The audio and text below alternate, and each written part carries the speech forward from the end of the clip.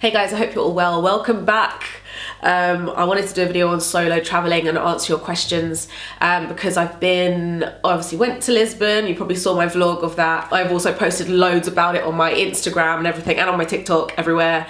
And then I also did a solo trip to Copenhagen, like right at the beginning of COVID. I would have done more solo traveling in the time in between, but obviously everything went a bit crazy. I had been dying to solo travel again for ages, and I kept sort of putting it off. I was like, no, I can't, you know, like for various reasons. Anyway, I finally did, and I'm so glad that I chose Lisbon to go to. I think it will be good to do this video because, especially for women, it's you know, a bit more risky for us, even though like the places I've been to are very, very safe. But you know, solo traveling, obviously there is some, you just have to be careful. You have to have your wits about you, and things like that. So I've had a lot of questions from you guys about how it is, like how I found it, how I went about things safety wise, like did I feel safe in certain situations and at night and things like that.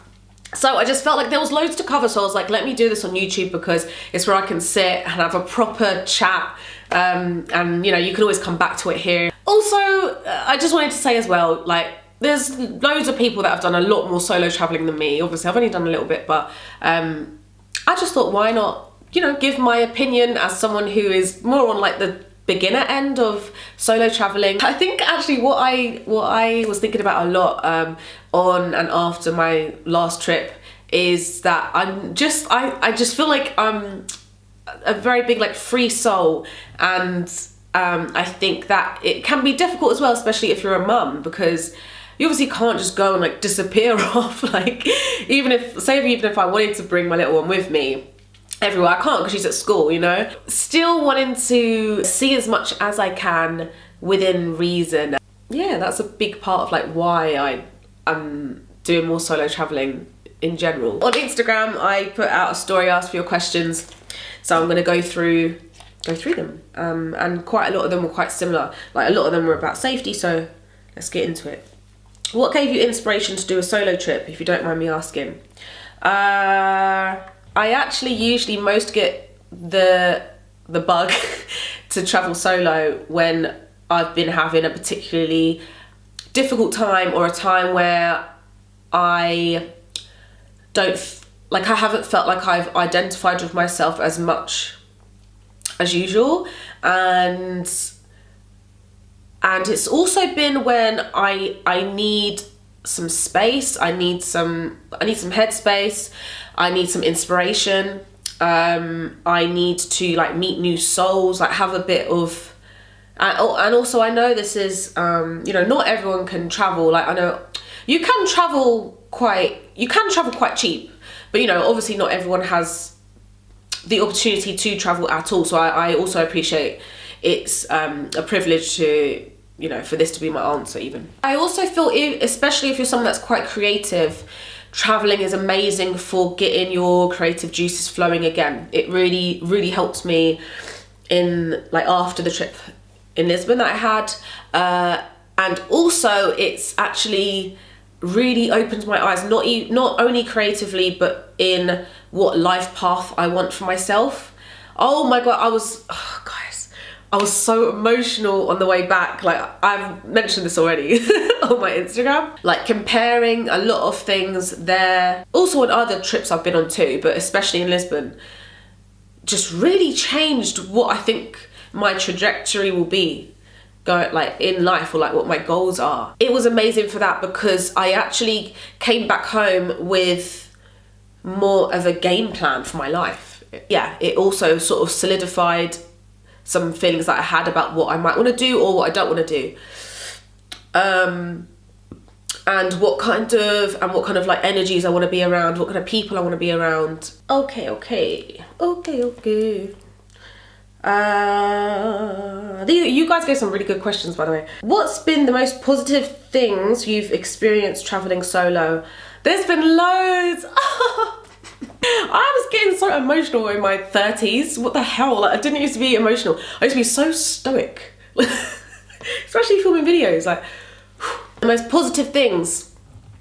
Random people that you meet. and sort of learning things from them, like learning little life lessons from them, having conversations with people that are just very, what I love about traveling is like it feels so spontaneous, you know. It's not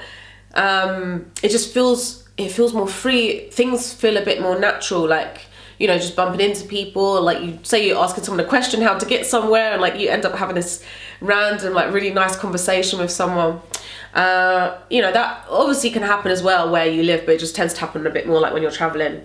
And obviously just memories, you know, like memories that you make along the way and everything. Solo traveling especially really helps you to evolve as a person, and I think it can be really challenging, not really challenging, yeah, it can definitely be challenging socially, because you're pushed to talk to people. If you're someone who has tended to be quite like withdrawn and shy and antisocial, for me anyway, I don't know if it's for everyone, but it's definitely evolved me in that way. I feel like it's a lot easier for me to just talk to someone randomly, you know, like just sort of make a bit of conversation or ask someone a question, compared to how I was a few years ago. So I really recommend it if you feel like you're stuck in if you feel like you're a bit stuck socially.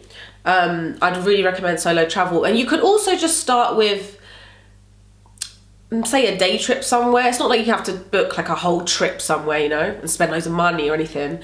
But it's just like the act of being on your own and pushing yourself out of your comfort zone. So that's definitely positive, because I think the more you can grow in confidence in general, the better it's going to help you in life, and then in business and in relationships probably. I guess it's a bit like confidence, but it really gives you a sense of trusting yourself, and like knowing that you're capable, just being capable of like being on your own, capable of doing things on your own, problem solving as well. Like that's a big thing. Even something like the traveling itself, like, you know, all like the plane logistics, or say when I was in Lisbon, I went to Cascais.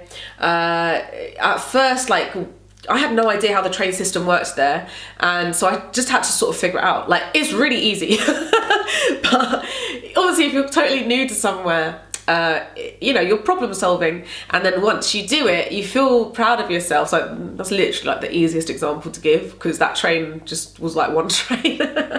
But you know, you've got to start somewhere. And yeah, or even problem solving in the way of finding your way around a city or a town, meeting people from different countries, different walks of life. Again, expands your just expands like your awareness and your just of awareness of life and people, and your it helps you be more open-minded, I think. How do you make friends when traveling? So again, I've only done it a little bit, and I haven't stayed in a hostel yet. That's something I really want to do, and it's actually what I wished I did in Lisbon. Even though I loved the hotel, gorgeous hotel, but I think as a solo traveller, I know it obviously such a normal thing to do is stay in a hostel, and that is where you're going to bump into loads of amazing people, and you know, lots of people that are doing the same thing as you, that are on their own or like in a small group. So that would obviously be one way to make friends while traveling. Another way would just to be like, I bumped into people there and made friends, and not as much in Copenhagen, more in Lisbon. I feel like it's a bit more brighter socially there. Like, not that's not in Copenhagen, but I think it's just a different vibe.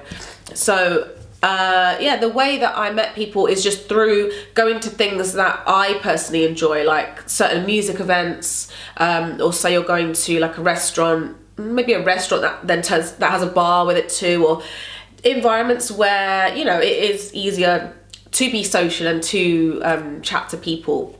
So but yeah, I think music events is a big one, because you know, you already have that in common with the other people there. Yeah, or you could do something like booking classes or doing something like, say, a cooking class somewhere. I'm sure there's lots of ways, but my personal love is music. So yeah, that's how I found it the easiest. Okay, this is a good one, and one that loads of you asked. What are some safety tips for international travel? Okay, okay, there's obviously lots. Okay, first of all, if you're traveling on your own and you're a woman, my friends have me on their, like, find me, what's it called? You know, they can always see my location. So I made sure that that was on, as you know, the whole time that I was there. Someone always knows where you are, can always see your last location. Yeah, I think that's a big one.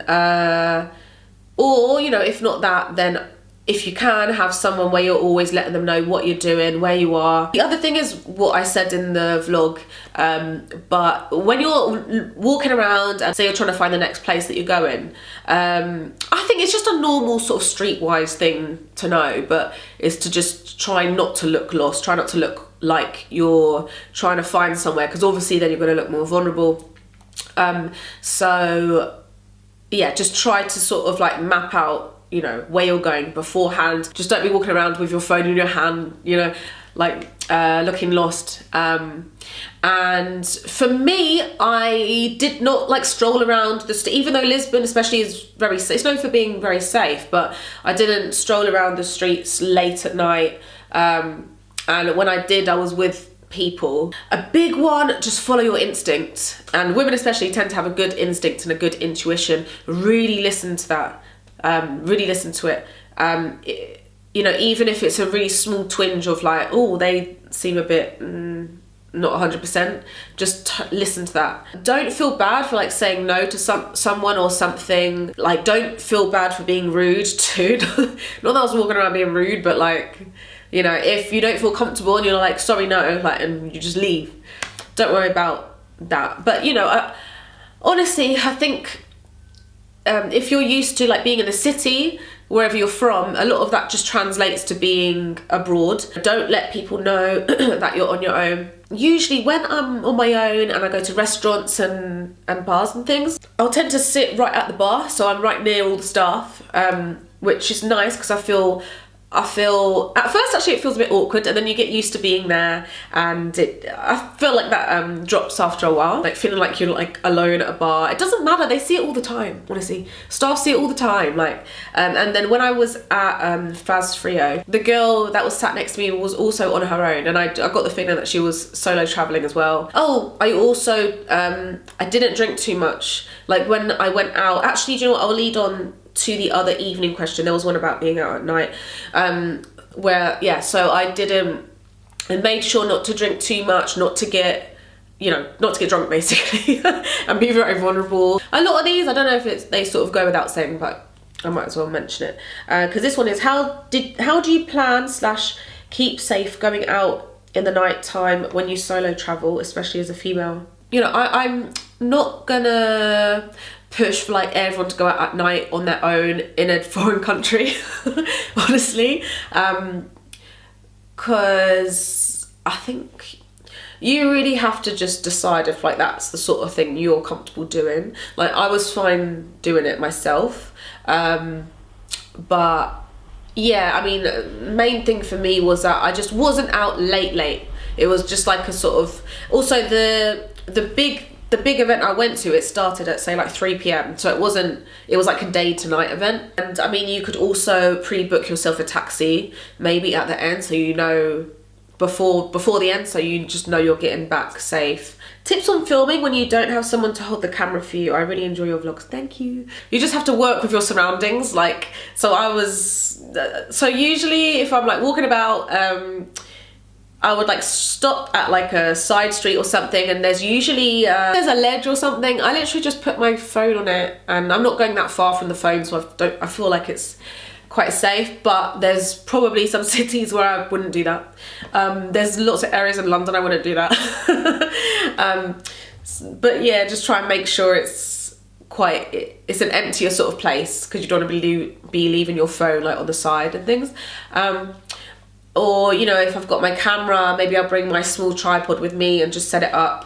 Sometimes I just put them on the floor or just up on the side, and that's it really. Sometimes it is tricky, and it can be quite hard to get like better quality shots of yourself when you're on your own. But there's an app called Lens Buddy, which my friend Claudia posted. It's a really good app because you can set it to taking really quick photos of yourself. So you've got a really quick like photo shoot going on. You just like set it up and it's like and you're just like moving about and you're getting like different shots, and it's really handy.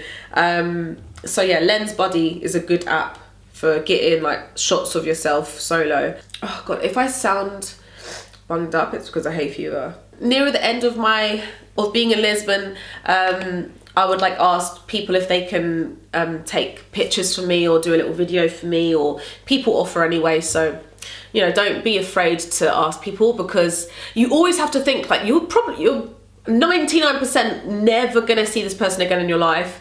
And also these days, it's even easier these days with social media and everyone like posting everything they do, where like if you're asking someone to take a picture, it's not weird. Whereas like more so when I started doing this, if I asked like a randomer on the street to like take a video of me, they'd be like, what? Like, you're right. But yeah, I feel like these days people are like, okay, you know, they see it all the time. Do you do partnerships with hotels? I haven't yet, but I would love to. Because I love sharing about traveling and about, you know, different hotels, different places that you guys could experience, you know, and just giving an honest opinion on them, what kind of trips I think they would be good for, posting a bit more about different hotels or hostels, Airbnbs in different parts of the world, maybe starting more of Europe. So yeah, but when I went to Santorini, it was a PR trip, like for and with Nobu. So I guess it's a bit of a partnership, but yeah, like it was a group trip. So my Portuguese friend that I feel like I keep talking about, she asked, how do you describe Portuguese coffee? It was nice, but I don't know if it was like traditional Portuguese coffee. You'll have to show me when we go. It's a good question. Which cities do you recommend for solo travel, especially as a single parent that has to sort childcare? The ones that I've been to, I'm obviously going to include Copenhagen, Lisbon. So I've heard Budapest is a good place for that too. Amsterdam, Barcelona, that's definitely on my list too. Barcelona, I've been before but not on my own. I'm not going to say Paris. Paris I find quite like, I don't feel that safe there, and that's with others. Do you know what, of France, I've been to Bordeaux before. Am I from Boston? And Bordeaux is beautiful and it's very calm. I would definitely say to go there, and I'm sure there's loads of other places in France that are great for being solo. Berlin is one that I'm umming and ahhing about doing. I've heard it's maybe not a good solo place. Please let me know down below if you've been there solo, okay, to Berlin, because I need to go. I need to go for the music. Okay, I'm gonna guess Stockholm. Greece I would definitely do solo, because it's quite a chill one. I'd definitely do New York solo. That would be fun. LA, personally, I wouldn't say to do solo. It's just like everything is so far apart from each other. I just feel like you want somewhere where it's easy to stroll around and sort of take things in and sort of get lost in the place, for me anyway. So that's more so New York. How do you translate when not speaking the language? I don't go abroad, fear, can't communicate.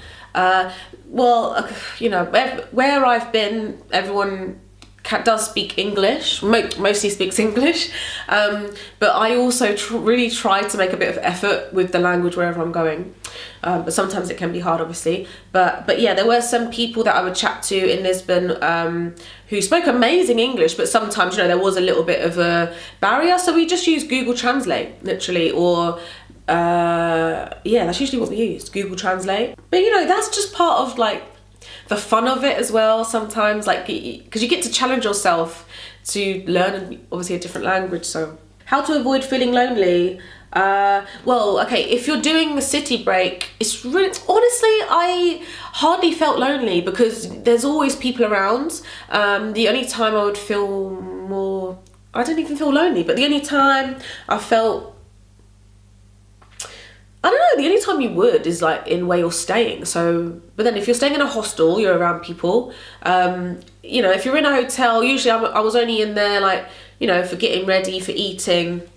So honestly, I never felt lonely. But there are times though when you'll come across a really beautiful place or something and you feel like, oh, it would be a nice time to experience that with someone, you know, share that experience, share that view or that experience. And sometimes at night, you know, if I was walking around and people are like sitting having wine together. So yeah, there's some times where I was like, oh, I wish I could like have someone to sit and chat with right now. But I also like did run into people where I did end up having nice like drinks with them and things. So it's all part of it. I think you have to just accept the lonely parts or the quieter parts of it. I think that's everything, because I feel like I've covered most of the main questions that you guys asked, and I do have another plan soon, so I'm slowly building up my experience with it all. So, you know, maybe in the future I'll do another video on this again. And also, happy traveling. If you're, do you know what, I've seen a few comments from people, from girls saying that I've inspired them to travel solo. Or like they've just come back from a solo trip or something, and it makes me so happy to like spread the solo traveling bug. But yeah, always keep safe, you know, just go with your intuition, keep your wits about you.